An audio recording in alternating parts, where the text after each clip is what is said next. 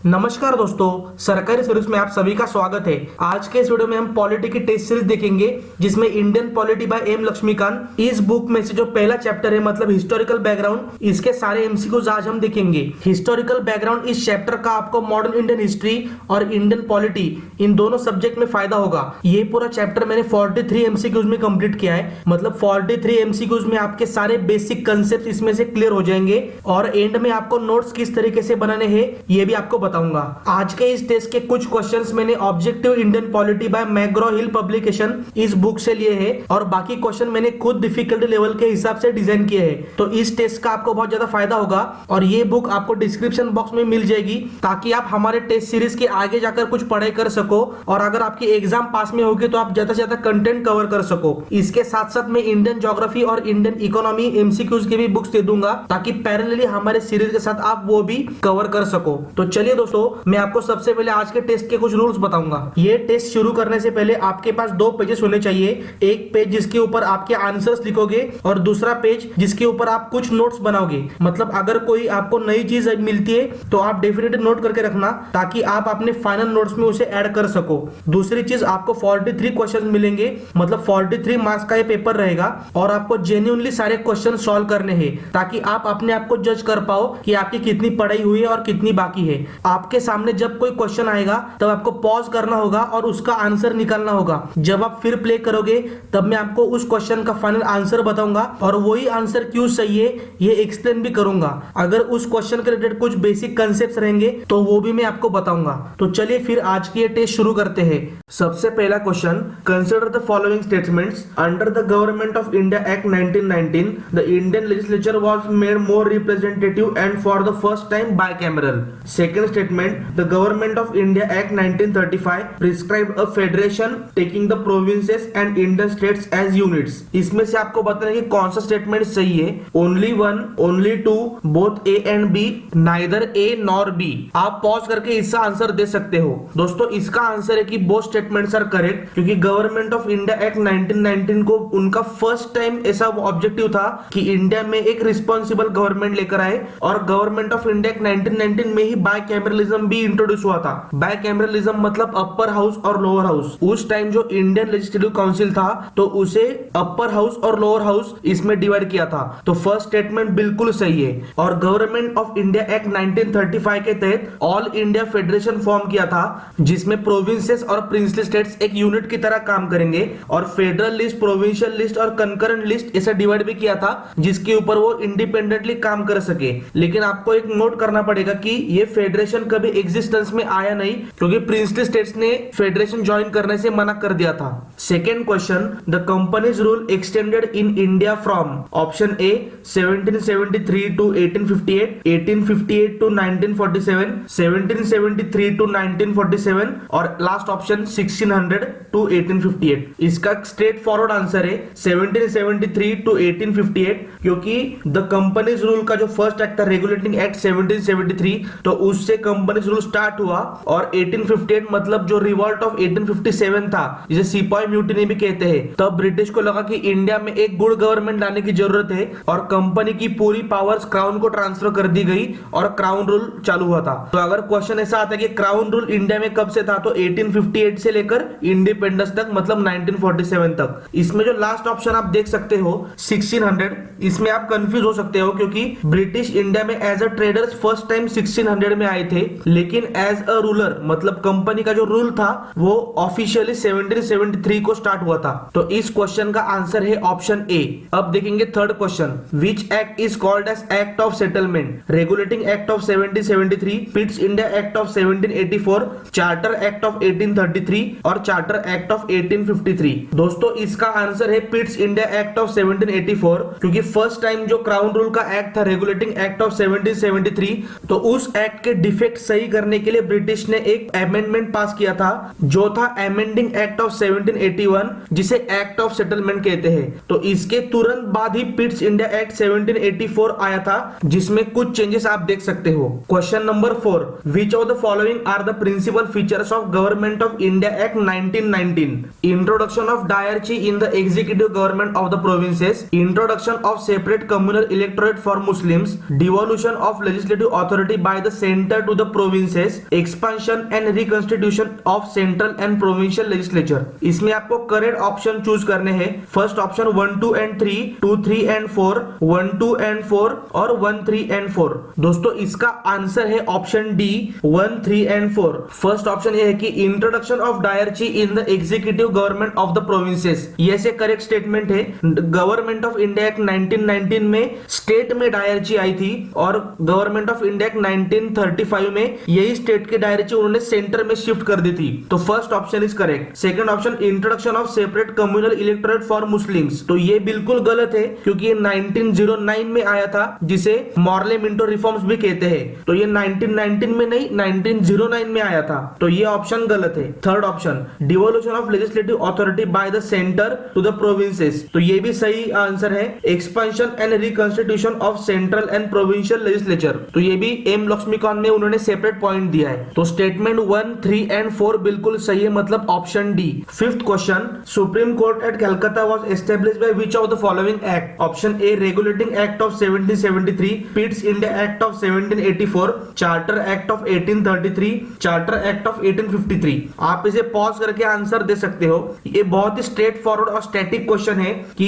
इसका आंसर है regulating act of 1773। Companies rule के फर्स्ट ही एक्ट मतलब रेगुलेटिंग एक्ट ऑफ 1773 में ही उन्होंने गवर्नर ऑफ बंगाल को गवर्नर जनरल ऑफ बंगाल किया था, मतलब इन ऑल उन्होंने बंगाल का स्टेटस बढ़ाया था। और उसी ड्यूरेशन में उन्होंने 1774 में कलकत्ता को सुप्रीम कोर्ट एस्टेब्लिश किया। Question 6, which one of the following act provided the setting up of the board of control in Britain through which the British government could fully control the East India Company civil, military and revenue affairs in India? Option A regulating act of 1773, option B Pitts India act of 1784, charter act of 1833 और charter act of 1853। दोस्तों इसका answer है पिट्स India act of 1784, क्योंकि regulating act of 1773 में उन्होंने court of directors establish किया था। उसके बाद पिट्स इंडिया एक्ट 1784 में उन्होंने कंपनी के कमर्शियल और पॉलिटिकल फंक्शन सेपरेट किए, जिसमें बोर्ड ऑफ कंट्रोल एस्टेब्लिश किया था पॉलिटिकल अफेयर्स देखने के लिए और कोर्ट ऑफ डायरेक्टर उनके कमर्शियल अफेयर्स देखने के लिए।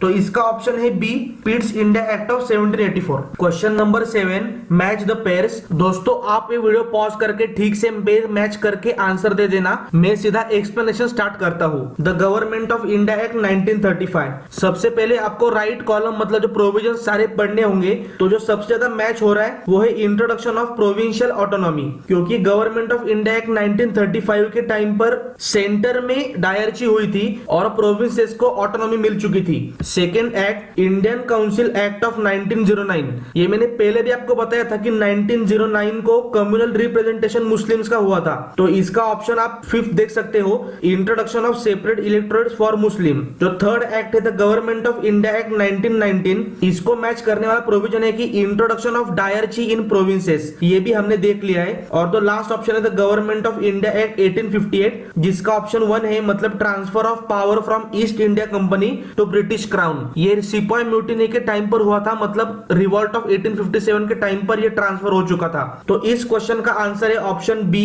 आप देख सकते हो 3, 5, 4, 1। तो होपफुली आपको ये समझ में आया होगा। ये सारी चीजें हमने पहले ही डिस्कस कर दी थी। Question 8, reserve bank of India to control currency and credit of country was established by which of the following act? Government of India act 1919, government of India act 1935, Indian independence act of 1947 और charter act of 1833। दोस्तों इसका option है government of India act 1935। ये purely static question है, लेकिन इसमें confusion ऐसा हो सकता है कि सुप्रीम कोर्ट हुआ था 1773 के रेगुलेटिंग एक्ट से, तो शायद आप उसे टिक कर लो। नहीं, reserve bank of India establish हुई थी गवर्नमेंट ऑफ इंडिया एक्ट 1935 को। Next question, governor general of Bombay and Madras presidency were made subordinate to governor general of Bengal by which of the following act? इसका मतलब जो गवर्नर जनरल ऑफ बॉम्बे और मद्रास था, तो उनकी थोड़ी वैल्यू कम कर दी थी या फिर उनका स्टेटस थोड़ा कम कर दिया था as compare to governor general of Bengal. Option A government of India act 1919, government of India act 1935, Indian independence act of 1947, regulating act of 1773। दोस्तों हमने इसका पहले ही इसका एक्सप्रेशन देखा है कि रेगुलेटिंग एक्ट ऑफ 1773 में गवर्नर ऑफ बंगाल को गवर्नर जनरल ऑफ बंगाल बना दिया गया था और बॉम्बे और मद्रास प्रेसिडेंसीज के गवर्नर को बंगाल गवर्नर से सबऑर्डिनेट कर दिया गया था। तो ये पहले हमने देखा है। तो इसका ऑप्शन है option 4 regulating act of 1773. Question 10 partially responsible government in the provinces were establish under which of the following act. Option A government of India act 1919, government of India act 1935, Indian councils act 1909, Indian councils act of 1892. दोस्तों इसका option है government of India act 1919. इस act में first time उनका मोटो ऐसा था या फिर ऑब्जेक्टिव ऐसा था कि इंडिया में एक रिस्पॉन्सिबल गवर्नमेंट बनाई जाए और ये फर्स्ट टाइम हुआ था 1999 में. और आपको ऐसा भी क्वेश्चन आ सकता है कि सेकेंड टाइम उनका कब मोटो था कि इंडिया में एक रिस्पॉन्सिबल गवर्नमेंट आए. तो सेकेंड टाइम अगर पूछेंगे तो 1935. तो इस क्वेश्चन में अगर पार्शियली पूछा है तो ऑप्शन है option A government of India act 1919. Question 11 during the period of British rule in India the rules made under which of the following were known as the devolution rules. Option है government of India act 1919, Indian councils act of 1909, Indian councils act of 1892 और government of India act 1935. दोस्तों ये completely static question है. तो devolution के rules थे government of India act 1919 मतलब option A. Next question 12 double government that is board of control and court of director were form by which of the following acts. Regulating act of 1773, पिट्स India act of 1784, charter act of 1833, charter act of 1853. दोस्तों इस question में आपको hint दिया है मतलब board of control और court of directors भी बताया है. वो ऐसा भी बता सकते हैं कि सिर्फ डबल गवर्नमेंट किस एक्ट से आया था. इसमें कंफ्यूजन इस वजह से होता है क्योंकि डबल गवर्नमेंट मतलब बोर्ड ऑफ कंट्रोल और कोर्ट ऑफ डायरेक्टर, लेकिन अगर डबल रूल कहा जाए तो वो डायरची को कहा जाता है जिसमें ट्रांसफर्ड और रिजर्व सब्जेक्ट्स होते हैं. तो आपको याद रखना है कि डबल गवर्नमेंट मतलब बोर्ड ऑफ कंट्रोल और कोर्ट ऑफ डायरेक्टर्स. तो इसका आंसर क्या होगा? इसका आंसर है पिट्स इंडिया एक्ट ऑफ 1784 जिसमें बोर्ड ऑफ कंट्रोल इंट्रोड्यूस किया गया था. रेगुलेटिंग एक्ट ऑफ 1773 में सिर्फ कोर्ट ऑफ डायरेक्टर्स था और उसके बाद उसमें जो चेंजेस करके पिट्स इंडिया एक्ट ने उनके पॉलिटिकल फंक्शंस और कमर्शियल फंक्शंस सेपरेट कर दिए गए थे और डबल गवर्नमेंट एस्टेब्लिश कर दिया गया था. तो इसका आंसर है option B. Question 13 which one of the following was a final step towards centralisation in British India. दोस्तों ये बहुत ही इंपॉर्टेंट पॉइंट है इन एक्ट्स का. First regulating act of 1773, पिट्स India act of 1784, charter act of 1833 और charter act of 1853. इसका answer है option C charter act of 1833. इस एक्ट में से बहुत सारे चेंजेस किए गए थे जिसमें सेंट्रलाइजेशन को फोकस कर दिया गया था. For example governor general of Bengal को गवर्नर जनरल ऑफ इंडिया कर दिया था और इसी एक्ट के तहत ईस्ट इंडिया कंपनी अब पूरी तरीके से एक एडमिनिस्ट्रेटिव बॉडी हो चुकी थी. ये सब एम लक्ष्मीकांत बुक से आप पढ़ सकते हो, मैंने आपको सिर्फ शॉर्ट में बताया. तो इस क्वेश्चन का आंसर है चार्टर एक्ट ऑफ 1833 जो फाइनल स्टेप टुवर्ड्स सेंट्रलाइजेशन था. अब देखेंगे question 14 which one of the following pairs is correctly match. The government of India act 1919, provincial autonomy. The government of India act 1935, dyarchy in states. Indian council act 1892, principle of election. Indian council act 1909, responsible government. अब one by one एक option देखेंगे. The government of India act 1919, provincial autonomy. ये तो हो ही नहीं सकता क्योंकि इसमें डायरची आई थी और गवर्नमेंट ऑफ इंडिया एक्ट 1935 में प्रोविंशियल ऑटोनॉमी आई थी. तो पहले दो ऑप्शन बिल्कुल गलत है. अब लास्ट ऑप्शन देखेंगे इंडियन काउंसिल एक्ट ऑफ 1909 में रिस्पॉन्सिबल गवर्नमेंट. ये भी गलत है क्योंकि फर्स्ट टाइम रिस्पॉन्सिबल गवर्नमेंट 1919 के गवर्नमेंट ऑफ इंडिया एक्ट में आई थी. तो डी ऑप्शन भी गलत है. तो सही ऑप्शन क्या बचा? इंडियन काउंसिल एक्ट ऑफ 1892 जिसमें प्रिंसिपल ऑफ इलेक्शन आया था. और आप एक पॉइंट नोट कर लेना, प्रिंसिपल ऑफ इलेक्शन होने के बावजूद भी उन्होंने इलेक्शन ऐसा वर्ड बिल्कुल भी यूज नहीं किया था. उन्होंने इलेक्शन को ऐसा डिस्क्राइब किया है कि nomination made on the recommendation of certain bodies, लेकिन इलेक्शन ये वर्ड बिल्कुल भी यूज नहीं हुआ. ये भी आपको ध्यान में रखना है. क्वेश्चन 15 दोस्तों इसमें आपको दो स्टेटमेंट्स दिखेंगे, एक है असर्शन और दूसरा रीजन. तो आपको इन दो स्टेटमेंट में क्या रिलेशन है ये देखना पड़ता है. तो देखेंगे first statement notwithstanding the introduction of provincial autonomy the government of India act 1935 retain the control of the central government over provinces in certain sphere. दूसरा उसका reason the governor was required to act in his own discretion in certain matters for which he was to act without ministerial advice and under the control of directions of the governor general. दोस्तों ये दोनों बिल्कुल सही है और जो second reason है वो असर्शन का एक्सप्लेनेशन भी है क्योंकि प्रोविंशियल ऑटोनॉमी होने के बावजूद भी गवर्नर के हाथ में कुछ पावर्स थी जिसके लिए उसे मिनिस्टर की एडवाइस लेने की जरूरत नहीं थी.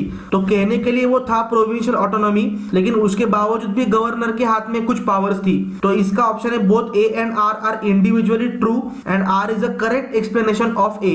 ये आप ठीक से पढ़ना ताकि आपको इसका क्लियर अंडरस्टैंडिंग हो। अब देखेंगे next question, which act is called as act of good government of India. दोस्तों जब 1857 में रिवॉल्ट हुआ था तो उसके बाद ब्रिटिश ने सोचा कि अब इंडिया को एक गुड गवर्नमेंट देंगे। ये सिर्फ कहने की बातें होती है, लेकिन उन्होंने कहा था कि act of good government of India. तो इसका आंसर है गवर्नमेंट ऑफ इंडिया एक्ट 1858। ये इतना आसान सवाल है कि आपको ऑप्शन देखने की भी जरूरत नहीं पड़नी चाहिए। अब देखेंगे next question 17, objectives of which of the following acts was gradual introduction of responsible government for the first time. Government of India act 1858, government of India act 1909, government of India act 1919, government of India act 1935। ये मैं 2 बार बता चुका हूँ। First time responsible government 1919 में लाना था और second time 1935 में। अब देखेंगे question 18, in the federation established by the act of 1935 residual powers were given to. तो ये प्योरली स्टैटिक डाटा है और ये फर्स्ट पैराग्राफ में दिया है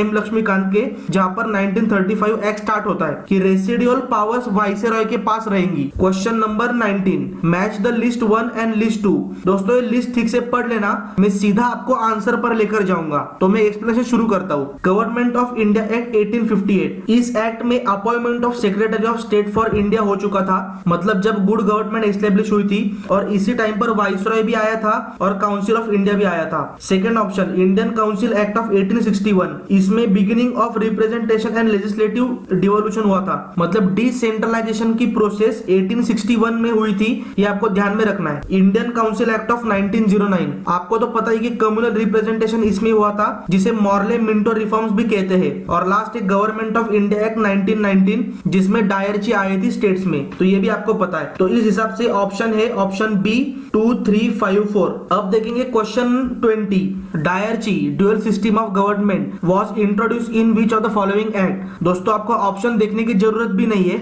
गवर्नमेंट ऑफ इंडिया एक्ट 1919, इसमें हुआ था स्टेट्स में, और उसके बाद जो सेंटर में हुआ था वो हुआ था 1935 में। देखेंगे question 21, which of the following act introduced dyarchy at the centre. Government of India act 1858, government of India act 1919, government of India act 1935 और इंडियन इंडिपेंडेंस एक्ट 1947। इसका आंसर तो आपने दिया ही होगा, government of India act 1935। Question 22, who among the following was the finance minister of interim government of India during the period of 1946-47। इसका answer है लियाकत अली खान। दोस्तों आपको ये टेबल मिलेगा इंडियन पॉलिटी के एम लक्ष्मीकांत के बुक में, तो जहां पर इंटरिम गवर्नमेंट के कौन से मिनिस्टर्स है तो वो आप देख सकते हो। उसमें से एटलीस्ट मेन एटलीस्ट फाइनेंस या फिर होम मिनिस्ट्री और एजुकेशन मिनिस्ट्री, तो इतना तो आपको पता होना ही चाहिए। तो इसका आंसर है लियाकत अली खान। बाकी ऑप्शन होने का तो सवाल नहीं। Question 23, the foundation of British administration in India was laid down by which of the following acts. Government of India act 1858, regulating act 1773, पिट्स India act of 1784 और इंडियन काउंसिल एक्ट ऑफ 1892। इसमें confusion हो सकता है कि हमें लगेगा कि शायद गवर्नमेंट ऑफ इंडिया एक्ट 1858 होगा, लेकिन नहीं। फर्स्ट टाइम मतलब जो फाउंडेशन था ब्रिटिश एडमिनिस्ट्रेशन का वो हुआ था कंपनी रूल के फर्स्ट एक्ट में, मतलब रेगुलेटिंग एक्ट ऑफ 1773। तो इसका ऑप्शन है बी।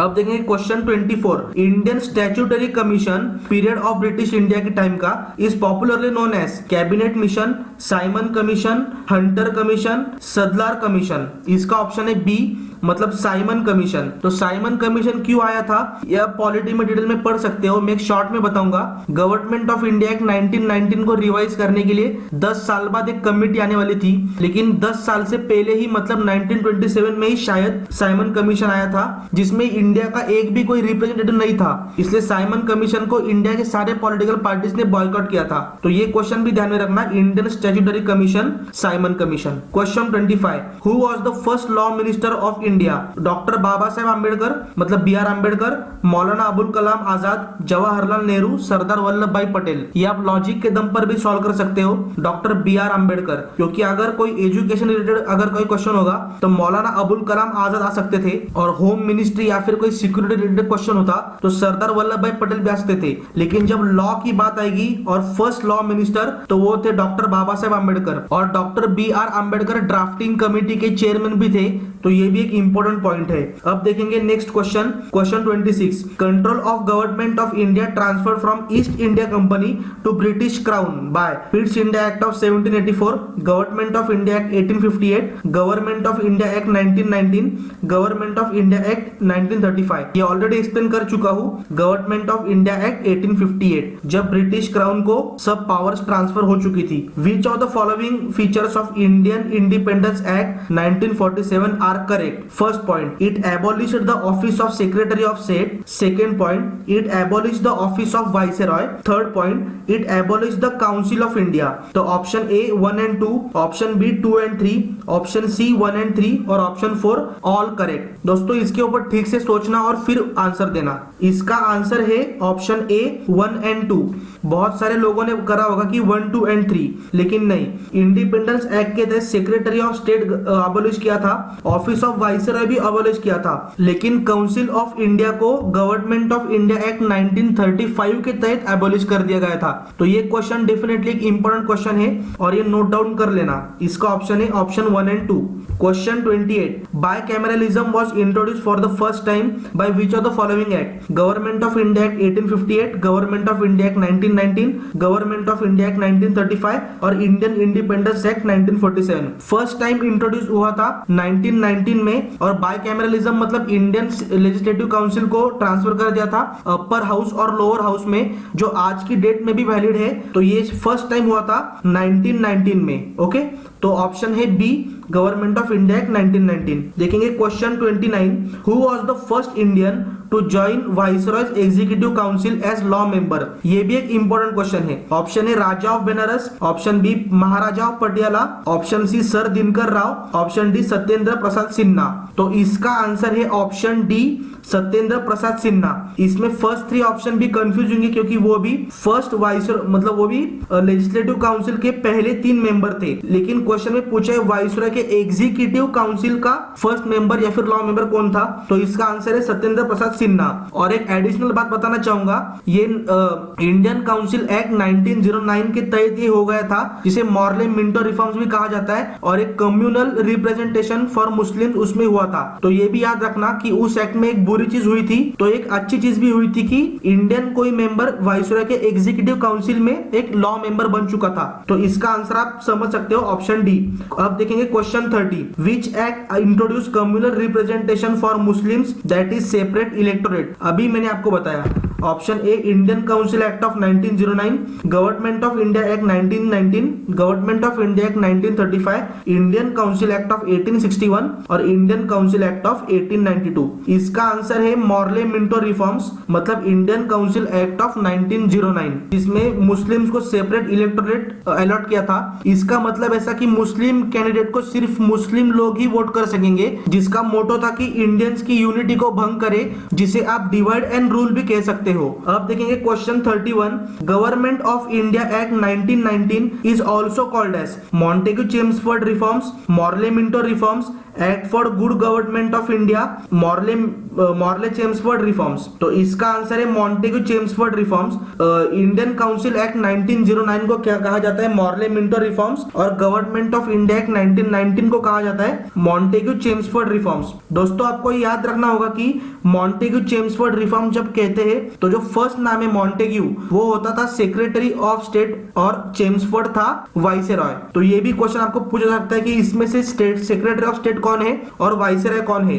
तो सेम मॉर्ले मिंटो रिफॉर्म्स के लिए भी एप्लीकेबल है। तो इसका ऑप्शन है ऑप्शन ए। अब देखेंगे question 32, which act initiated decentralisation by restoring the legislative power to Bombay and Madras presidency? Indian council act of 1861, Indian council act of 1892, Indian council act of 1909, government of India act 1919। दोस्तों हमने पहले देखा है कि companies rule के time पर जो regulating act 1773 था तो उस टाइम से सेंट्रलाइजेशन की शुरुआत हुई थी। मतलब बंगाल को उन्होंने एक अच्छा इंपॉर्टेंस दिया था और बाकी प्रोविंसेस के गवर्नर को उसके सबऑर्डिनेट कर दिया गया था। तो ये हमने पहले देखा है। तो इस क्वेश्चन में पूछा कि डिसेंट्रलाइजेशन कब शुरू हुआ था? तो इसका आंसर है इंडियन काउंसिल एक्ट ऑफ 1861, मतलब ऑप्शन ए। दोस्तों ये इंडियन काउंसिल एक्ट ऑफ 1861 है वो आपको ठीक से पढ़ना होगा, क्योंकि इसमें ऐसी बहुत सारी चीजें हैं जो आपको एग्जाम में पूछी जा सकती है। फॉर एग्जांपल लेजिस्लेटिव काउंसिल के फर्स्ट 3 मेंबर्स कौन थे, मतलब राजा ऑफ बनारस सर दिनकर राव और महाराजा ऑफ पटियाला, तो ये भी उसी एक्ट का पार्ट है। तो इसका आंसर है इंडियन काउंसिल एक्ट ऑफ 1861। अब देखिए question 33, central public service commission was set up in 1926 by which of the following act? Government of India act 1858, government of India act 1919, government of India act 1935, Indian independence act of 1947। इस question का अगर आपको answer पता भी नहीं होगा तो भी आप आंसर कैलकुलेट कर सकते हो, क्योंकि मैंने एक हिंट दिया यहाँ पर, सेट अप इन 1926, तो इसका मतलब ये हुआ कि 1858 का सवाल नहीं उठता, 1947 और 1935 का भी सवाल नहीं उठता। तो आंसर है गवर्नमेंट ऑफ इंडिया एक्ट 1919। आपको ये याद रखना है क्योंकि हर बार आपको हिंट नहीं मिलेगी। Central public service commission setup हुआ था 1926 में by government of India act 1919। इस एक्ट में बाकी भी बहुत सारी इंपॉर्टेंट चीजें हैं जो आप एम लक्ष्मीकांत बुक से पढ़ सकते हो, जिसकी लिंक मैंने डिस्क्रिप्शन बॉक्स में भी दे दी है। अब देखेंगे question 34, which of the following features of the government of India act 1858 are correct, मतलब 1858 के कौन से फीचर्स सही है। Option 1, governor general of Bengal was made और transferred to viceroy of India. Second, it ended double government, मतलब board of control और court of director इससे एलिमिनेट हो चुका था। Created new office of secretary of state for India. Fourth option, it established council of India. Fifth, it introduced portfolio system. दोस्तों इस question के ऊपर ठीक से सोचना, एक ट्रिकी पार्ट इसमें दिया है, तो मैं आपको आंसर बताऊंगा। बहुत सारे कैंडिडेट्स ने ऑल करेक्ट कर दिया होगा, लेकिन इसका ऑप्शन है 1, 2, 3 एंड 4, क्योंकि बाकी सब चीज सही है। मतलब बंगाल का गवर्नर को कर दिया गया था वाइसरॉय, या फिर बीओसी और सीओडी भी एलिमिनेट कर दिया गया था, secretary of state for India भी हो चुका था, और काउंसिल ऑफ इंडिया भी एस्टेब्लिश हुआ था। लेकिन पोर्टफोलियो सिस्टम इस एक्ट का पार्ट नहीं है। Portfolio system Indian council act of 1861 के तहत आया था। तो करेक्ट आंसर है 1, 2, 3 एंड 4, मतलब ऑप्शन बी।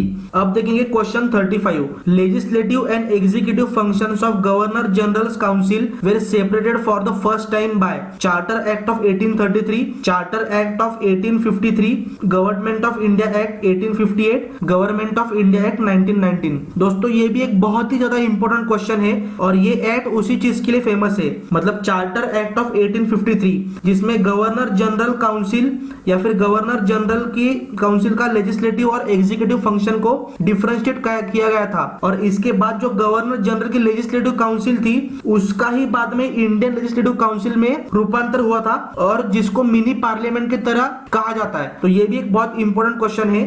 तो चार्टर एक्ट ऑफ 1853 एक बार ठीक से पढ़ लेना। तो इसका आंसर है ऑप्शन बी। अब देखेंगे question 36, Macaulay committee was appointed in 1858, 1854, 1861, 1892। आपने अगर डिटेल में पढ़ा होगा तो आपको इसका आंसर पता है कि आंसर है ऑप्शन बी 1854। मैकेले कमिटी कब आई थी, मतलब चार्टर एक्ट ऑफ 1853 के टाइम पर ओपन कॉम्पिटिटिवनेस, मतलब सिविल सर्वेंट्स की जगह भरने के लिए एक ओपन कॉम्पिटिटिवनेस इंट्रोड्यूस हुआ था। तो उस टाइम पर एक मैकेले कमेटी एस्टेब्लिश कर दी गई थी, वो थी 1854 में। तो ये सब याद रखना, और चार्टर एक्ट ऑफ 1853 में यही हुआ था। तो अब देखेंगे question 37, high commissioner for India in London was set up by which of the following act, government of India act 1858, government of India act 1919, government of India act 1935 और Indian independence act of 1947। ये बहुत ही straight forward और static question है। इसका answer है government of India act 1919, जिसमें high commissioner for India in London भी आया था, सेंट्रल पब्लिक सर्विस कमीशन भी एस्टेब्लिश हुआ था, और ऐसी बहुत सारी इंपॉर्टेंट चीजें भी है। तो इसका आंसर है गवर्नमेंट ऑफ इंडिया एक्ट 1919, मतलब ऑप्शन बी। अब देखेंगे question 38, separate electorate for depressed class was in action by option A Morley Minto reforms, Montagu Chelmsford reforms, Communal Award 1932, Government of India Act 1935। दोस्तों ये question answer करने की बिल्कुल भी जल्दबाजी मत करना, एक ट्रिकी पार्ट इसमें है, क्योंकि मैं अभी इसका आंसर बताऊंगा। आप सबने कम्युनल अवार्ड 1932 किया होगा, लेकिन इस एक्ट के तहत वो एक्शन में नहीं आया था। मतलब फर्स्ट टाइम उसे इंट्रोड्यूस किया गया था और गांधी जी ने उसे पुणे के एराडा जेल में फास्ट अनटू डेथ करके पूना पैक्ट साइन किया था। तो उसके तहत डिप्रेस क्लास के लिए जो सेपरेट इलेक्टोरेट था तो वो एलिमिनेट कर दिया गया था। लेकिन गवर्नमेंट ऑफ इंडिया एक्ट 1935 में ये फिर एक बार वो लेकर आए और उस टाइम वो इंप्लीमेंट हो चुका था। तो separate electorate for depress class आपको लगे कम्युनल अवार्ड 1932, लेकिन नहीं, इसका ऑप्शन है D, government of India act 1935। ये इंडियन पॉलिटी के बुक में क्लियर दिया है, आपने शायद पढ़ा भी होगा। Question 39, who is called as father of communal electorate? मतलब जो मॉर्ले मिंटो रिफॉर्म्स थे तो उस हिसाब से जो फादर ऑफ कम्युनल इलेक्टोरेट किसे कहा जाता है? Lord Morley, lord Minto, lord Montagu, lord Chelmsford. तो इसमें आपको पता होगा कि 1909 मतलब मॉर्ले मिंटो रिफॉर्म्स में ये कम्युनल इलेक्टोरेट इंट्रोड्यूस किया गया था, लेकिन मॉर्ले को कहे या फिर मिंटो को, तो ये आपको क्वेश्चन होगा। तो मैंने आपको पहले बताया था कि मॉर्ले ये था सेक्रेटरी ऑफ स्टेट और मिंटो था वाइसरॉय। मतलब जो फर्स्ट नेम होता है वो सेक्रेटरी ऑफ स्टेट का होता है और सेकंड नेम होता है वाइसरॉय का। तो इस केस में आपको याद रखना है कि वाइसरॉय को फादर ऑफ कम्युनल इलेक्टोरेट कहा गया है। मतलब lord Minto is called as father of communal electorate और ये हुआ था 1909 के रेगुलेटिंग एक्ट के तहत। तो इसका ऑप्शन है option B. Question 40, when was open competition for selection of civil services introduced and unsuccessful? ये भी एक ट्रिकी क्वेश्चन है, तो सही से आंसर देना। Option A, government of India act 1858, charter act of 1833, charter act of 1853, government of India act 1919। इसका answer बताऊंगा। आप लोगों ने इसका आंसर दिया होगा चार्टर एक्ट ऑफ 1853, लेकिन इसका सही आंसर है चार्टर एक्ट ऑफ 1833, जिसमें फर्स्ट टाइम उसे सिर्फ इंट्रोड्यूस कर दिया गया था और कोर्ट ऑफ डायरेक्टर्स ने उसे एलिमिनेट कर दिया, मतलब उसे निकाल दिया। तो अनसक्सेसफुल 1833 में था और उसके बाद 1853 में इसकी एक्चुअल इंप्लीमेंटेशन हुई और तब वो सक्सेसफुल हुआ। तो जैसे क्वेश्चन में अनसक्सेसफुल पूछा है तो इसका आंसर है charter act of 1833, option B. अब देखेंगे क्वेश्चन 41। अब आने वाले तीनों क्वेश्चन बहुत ही स्टैटिक रहने वाले हैं। For example, who was the governor general of Bengal? तो इसे आपको लर्न नहीं करना पड़ेगा। Lord William Bentinck, lord Warren Hasting, lord Canning, lord Minto. तो इसका आंसर है लॉर्ड वॉरेन हेस्टिंग, जो गवर्नर जनरल ऑफ बंगाल बना था रेगुलेटिंग एक्ट ऑफ 1773 के तहत। Question 42, who was the first governor general of India? दोस्तों इसका आंसर आपको बताना पड़ेगा। तो 1833 में जब सेंट्रलाइजेशन हुआ था और गवर्नर जनरल ऑफ बंगाल को गवर्नर जनरल ऑफ इंडिया किया था, तब उस टाइम इस लॉर्ड का नाम आया था। तो इसका नाम है लॉर्ड विलियम बेंटिक। तो lord William Bentinck was the first governor general of India. अब देखेंगे हमारा last question, question 43, who was the first viceroy of India? Lord William Bentinck, lord Warren Hasting, lord Canning, lord Morley. इसका option है option C, lord Canning. तो ये तीनों आपको याद रखना है, first governor general of Bengal, governor general of India और फर्स्ट वाइसरॉय ऑफ इंडिया। तो ये लास्ट तीन क्वेश्चंस भी हमने देख लिए। तो दोस्तों इस तरीके से हमारे 43 क्वेश्चंस एंड होते हैं और ये वीडियो एंड तक देखना क्योंकि आपके लिए एक बहुत बड़ी अनाउंसमेंट एंड में होने वाली है। अब आपको आपके मार्क्स कैलकुलेट करने होंगे, मतलब 43 में से आपने कितना स्कोर किया वो आपको कमेंट बॉक्स में बताना है। दोस्तों शर्माना मत, अगर आपको कम मार्क्स भी होंगे तो भी कोई दिक्कत नहीं, लेकिन आपको ये तो समझ गया होगा कि पढ़ने के बावजूद भी आपके कितने क्वेश्चंस रॉन्ग होते हैं। तो आने वाले टेस्ट में आप इंप्रूव कर सकते हो और ये टेस्ट आपको तब तक लेनी होगी जब तक आपके सारे 43 क्वेश्चंस सही नहीं होते। दोस्तों आज आपके लिए 4 नए अपडेट्स लेकर आया हूँ। सबसे पहले कि अगर आप चैनल को वॉलंटरीली कंट्रीब्यूट करना चाहते हो तो आप कर सकते हो। नीचे पेटीएम नंबर मैंने दे दिया है। कंट्रीब्यूट करने से होगा क्या कि हम इस चैनल को एक अलग लेवल पर लेके जा सकते हैं। हम एक नया टीचिंग सॉफ्टवेयर लेंगे और उसके साथ साथ एक डेडिकेटेड ब्लॉग भी स्टार्ट करेंगे ताकि आपकी प्रिपरेशन बहुत ही सिंप्लीफाइड हो और आपका बहुत ही छोटा कंट्रीब्यूशन भी इस चैनल के ऊपर बहुत सारे बदलाव ला सकता है। दूसरा अपडेट यह है कि हमने फेसबुक के ऊपर सरकारी सर्विस नाम का पेज स्टार्ट किया है, जिसका लिंक आपको डिस्क्रिप्शन बॉक्स में मिल जाएगा और आपको उसे लाइक करना है। जिससे होगा क्या कि अगर मुझे कोई अर्जेंट अपडेट आपको देनी होगी, मतलब किसी वीडियो के रिगार्डिंग या फिर किसी एग्जाम के रिगार्डिंग, तो मैं फेसबुक पर आपको अपडेट कर दूंगा। तीसरी चीज ये है कि मैंने डिस्क्रिप्शन बॉक्स में आपको जो एमसीक्यू के बुक्स दिए हैं तो उससे आप प्रिपरेशन स्टार्ट करना। मैंने पॉलिटी, ज्योग्राफी और इकोनॉमी तीनों बुक्स दे दिए हैं, क्योंकि दोस्तों बाकी सब चीजें होती रहेंगी लेकिन आपकी पढ़ाई पीछे नहीं रहनी चाहिए।